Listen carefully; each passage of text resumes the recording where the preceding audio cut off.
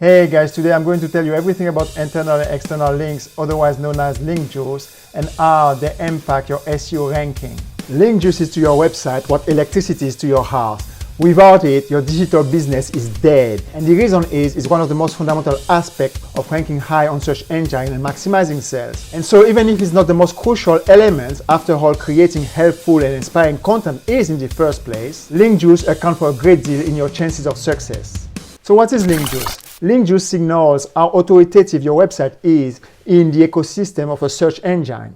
It's the equivalent of the strength of your endorsement in a network setting, and it's twofold: the authority you gain from recommendation and the one you build from creating excellent content. In the first case, imagine people connecting with you because someone credible told them how great you are. It's the equivalent of you trying to start a tech business and having Elon Musk as one of your board members. You'll gain instant credibility. On the other hand, you still need to create excellent content so that you can build your own basis of credibility, so that when people discover you, they know you are great. And when the authoritative guys tell them how incredible you are, when people check you out, they see, oh yes, he is right. So what are the best ways to acquire link juice? There are quite a few ways to acquire link juice. One of the best ways to get other websites to link back to your own. So again, it's trying to get into this selective club and having members recommending you. So as you can imagine, the more selective the club, the harder it is to get in, and the more expensive it is to get a member to vouch for you. So if, for example, you're a coffee producer, having websites like Wikipedia or Starbucks linking back to your will give you instant credibility. Google will recognize this, and within weeks you'll be climbing the keywords ladder for difficult keywords like coffee. However, not every website provides or sells link referrals, but it pays, and you pay, to acquire links from these credible sources. Let's take a practical example. Imagine you're an IT company based in North America and you're relatively unknown. You could create an open competition where IT students from various universities in North America could take part in. Since these universities have strong domain authorities, them linking back to your website would instantly boost your own authority and give you credibility in the eyes of Google. So you could, for example, have this open competition, like a STEM scholarship, for example, with a first, second, and third prize. And then students seeing that on their university website and then flocking back to your website will instantly increase your domain authority and page authority. Then Google will notice this and you'll start ranking for your content. So now let's check the pros and cons of each link juice acquisition method. There are two main methods, what we call the white hat methods and the black hat methods. The white hat methods are every link juice acquisition tactics that Google approve of. And the black hat methods, obviously, are all the ones that Google don't really like or frown upon. These are tactics that are borderline illegal and that Google frown upon. So first, let's check the white hat tactics. So the first white hat link acquisition method is guest blogging. So you go on someone else's website and you blog on their website, and readers, by reading your content, go back to your website because they like your content and you provide the link back to your website.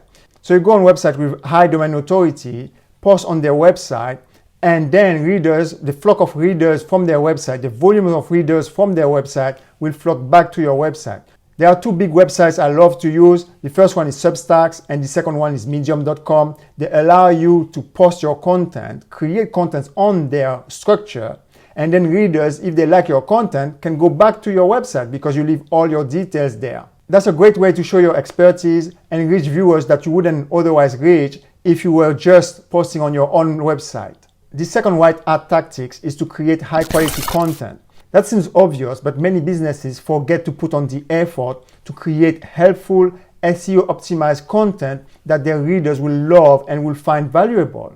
And then if you create lame content that you wouldn't read yourself, then your readers won't read it and won't be interested. On the other hand, let's say you create a content and the reader read everything and it takes 5 minutes to read the content. And then they click on a link on that post to another post and they spend another 5 minutes. Basically, with one link, you will have doubled the amount of time they spend on your website. And that's valuable for Google because retention rate is very important. That shows how authoritative your page is and how authoritative you are with regard to the content or the niche that you're serving. So writing high quality content is very important for you. So in the same spirit, internal linking to other posts of your website is another white hat tactics that you can use. So basically, we just seen that you create high quality content. The high quality content ensure that the reader stay through. So instead of spending just 10 seconds or 30 seconds, let's say they spend 5 minutes to read your whole content, that's positive. You will have increased 5-fold, 10-fold the amount of time they spend on your website.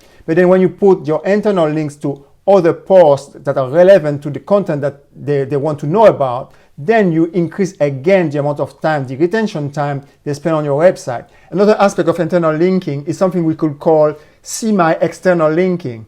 It's like using some credible sources to reinforce the validity of your own content. So let's say you're writing something very important and you want to cite a credible source. Obviously, this credible source is outside of your sphere, but this reinforces the credibility of your content, and Google likes this because the more credible you are in what you produce, the more dense your content, and then the more reliable it is. And therefore, the easier it is for Google to push it. Another white hat tactics is obviously to create content on other social media platforms that you own, and then that can link back to your website. Imagine you have a YouTube channel or Pinterest channel or whatever, TikTok channel. The volume you could generate from them linking back to your website will be huge and amazing for you. And that will also help you rank out with your own written content. One great example is this guy who makes photographies.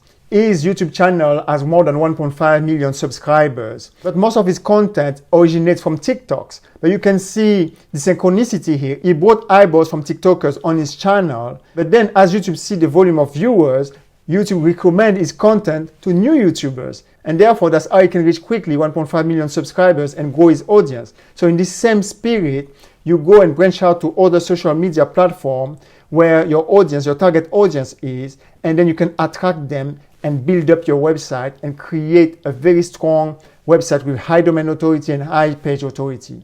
So now that we've seen the white hat tactics, the tactics that Google approve of, let's see the black hat tactics. So the first one is link farming. Link farming consists of building fake websites that link back to your website. Obviously, as you can see, this is a very bad tactic because you're not providing helpful content to your audience. You're just trying to lure people into your website. And this is not very good because basically, if Google was to approve of this, then the whole credibility of Google itself will be damaged. Imagine you type a keyword and the first 10 websites are fake websites. You wouldn't value Google much. So that's why for Google, this is a red flag. So the second black hat tactic is link exchange scheme, where you exchange links with other websites. So the idea is to amass a large number of links that point out to your website and therefore increasing your domain authority. But this is a black hat tactic because you are still not providing any content, you're just amassing links and building your domain authority artificially. So that would be the equivalent of having a huge follower on social media of fake friends. So as you can see, every means of acquiring link juice carries its pros and cons. And obviously it's better to go for the white hat tactics. And the best way to do it is to think from a short, medium and long-term point of view. Where, for example, for long-term, you create high-quality content for the long-term, but you acquire links from reputable websites for the short-term to kind of boost your presence. So obviously, the most effective way is to use an hybrid version where you produce high-quality content, you link internally to other high-quality content, you have external links from a high domain authority website pointing out to your own ones, you have a social media universe or network pointing to your website as well. So the hybrid version is the best version because you're using all the white hat tactics and they all have their benefits for the short, medium and long term. Additional and smart way to create link juice. I have one more tactics that you could use. It's not really a link juice acquisition tactics, but it could prove useful in building link juice for your own business or website. So what I like to do is form mastermind groups in my industry or periphery close to mine with other content creators and help them with their own content. So as you help each other, imagine one guy going from, let's say, 0 YouTube subscriber to 1,000, and you are in the digital business or digital marketing business. This guy, when he reaches 1,000 subscribers, he will recommend you as a source, a credible source. So he will add up credibility to your own. So that's a very smart way of, first of all, assessing what you're doing, assessing your business, your content, and your different tactics. But it's also a good way to get referral from people who know they can trust you because you've helped them and they can in turn help you back. Now, the danger and the danger zone of link juice acquisition. Getting link juice is great, and a lot of companies doing that. They're buying link juice from authoritative website or website with a high domain authority. But in essence, that could be a double-edged sword, especially if you are successful, because let's say you buy links authority from another website and obviously you see initial results, but then you will never know whether you get this initial result because what you're creating is valuable, or is it because you just get the referral back to your website. So that can be a dangerous situation to be in. So in order to avoid that, you need to have a strong strategy in place, meaning you create your strategy and then from the strategy you get to the tactics, and link juice is one of the tactics of this strategy. And buying links from reputable and authoritative website is a sub-tactics of this tactic. And actually that's one of the way agencies oversells you.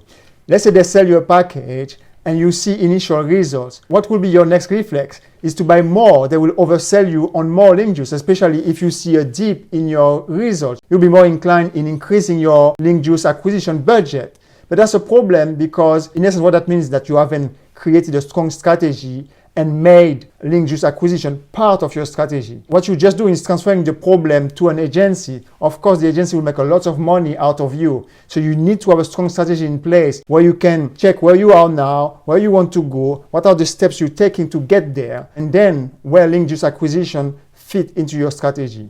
Okay, now, so let's see where link juice fit into your strategy. So let me just share my screen with you quickly. So as I mentioned, you should have a strategy first before you launch yourself into acquiring link juice. So you need to have a vision of what your business or whatever you want to create is. So from this vision, you think about a strategy that you're going to adopt. And then from this strategy, let's say you're creating content, then you are into the SEO process. So from the SEO process, there is a lot of things that needs to be taken care of. It's not just about buying links, but you need to have, for example, a very effective website that has a very strong speed, or you need to be able to write content of high quality. Otherwise, if your content is of low quality, even if people come to your website, you will have a high bounce rate because people will leave very fast. So that's in line with the video I made about how to write SEO content that rank on the first page of Google, and it's a complete video, step by step. So you just need to follow the video, do what I said, and you will rank on the first page of Google. So as you can see, in the case of creating your content, the SEO process is not just about the links. There is also removal of bad links. So you remove the bad disease, create good ones, get better vitamins from other sources, and create a healthy environment where you're winning, Google is winning, and the whole thing move forward. You need to have a very coherent keyword research strategy. It's not just about going for any keywords. It depends on the size of your business, how old your business is, and how many people work and can be dedicated in your digital marketing efforts. Because if you only have one person, your business is not that big, then I can guarantee you going after one word keywords is a nightmare. You will never succeed because you'll be competing against companies that have thousands and thousands of people dedicated just into pushing their content. But all in all, your strategy for link juice should be creating helpful content. Once you get into this mindset of identifying the problems to which you want to provide a solution, then automatically you are in line with what people will be searching for. You don't need to be an expert in SEO to understand that. As long as you identify problems people have and provide a solution in terms of content to this problem, then it's a question of matching the problem versus the solution. So let's see how the link juice acquisition works in practice. So I'm going to share a project I work on so you can understand better. So this is a website where it's a cooking recipe website, and basically you create the recipe or the post about this recipe. Then you have these links. So these are like external links that go outside, but that create validity to your content because it's relevant to your content. But then you also have the internal links that leads to other recipe you made, but that are also relevant to the post that you're talking about. So here is about Chinese recipe, and then when you click on this, again, it's another Chinese recipe. So everything is connected. And then when you go further, you see a lot of other links and content related to the same topic. So these are the internal links. Then you have the social media ecosystem where you branch out to other channels that you create and that can link back to your website. So for example, you can see here, there is a YouTube video associated with this recipe. And then if you were to go on YouTube on this channel will link back to the website. So, or in that case, to the Pinterest account. So let's say you go on the Pinterest account and you see you created your content on Pinterest, but then you are getting people to view this content and then linking back to your website. So that's how you build the ecosystem and you create link juice. And obviously, as I mentioned, if you use other platforms with strong domain authority, like let's say Substack, for example, whatever, or medium.com, then that can help build your authority, your domain authority and page authority.